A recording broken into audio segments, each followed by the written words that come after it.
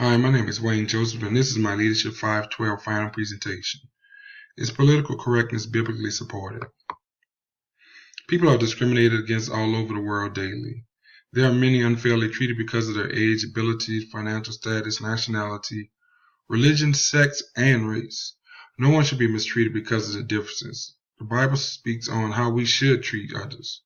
Ephesians 4:29-32 says, "Let no corrupting talk come out of our mouths, but only such as is good for building up as fits the occasion, that it may give grace to those who hear.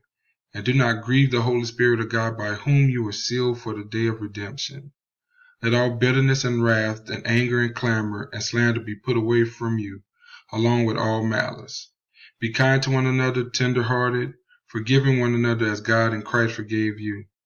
Some people follow the golden rule, and as you wish that others would do to you, do so to them. Luke 6:31. No one wants to feel bad about themselves, and our society is hell-bent on making sure it doesn't happen. The political correctness standards are made to protect our rights not to be discriminated against. Are these standards biblically found? What part does the church play in enforcing these standards, and how can they spread their message? This subject is a slippery slope and can lead to plenty of ridicule if you're found on the opposite side of the worldview. As believers, we should always be on the side of God's Word. We must have a full view of the subject matter before we determine where we stand. What is political correctness? Does it coincide with Scripture? And how can the church spread the true message in today's day and age? What is political correctness? Google Dictionary describes it as the avoidance, often considered as taken to extremes, of forms of expression or actions that are perceived to exclude, marginalize, or insult groups of people who are socially disadvantaged or discriminated against. Is it biblically supported?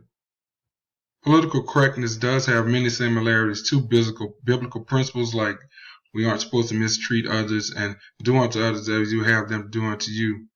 After all, we all are the same in God's eye, sinners who are in need of God's grace. The only difference I see is political correctness seems to be more self-serving and focusing on self, when biblical principles teaches us to care for others more than we care for ourselves.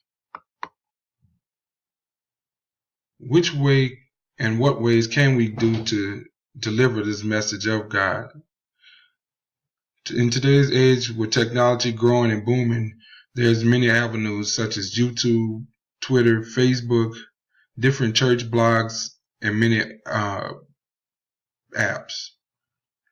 Apps I use myself is I'll Be Honest and the Bible app. I'll Be Honest app is the way I found my church. In conclusion, political correctness has many good characteristics. It demands that people aren't discriminated or mistreated because they are different or in the minority. Even with following some biblical principles, it is not biblically correct.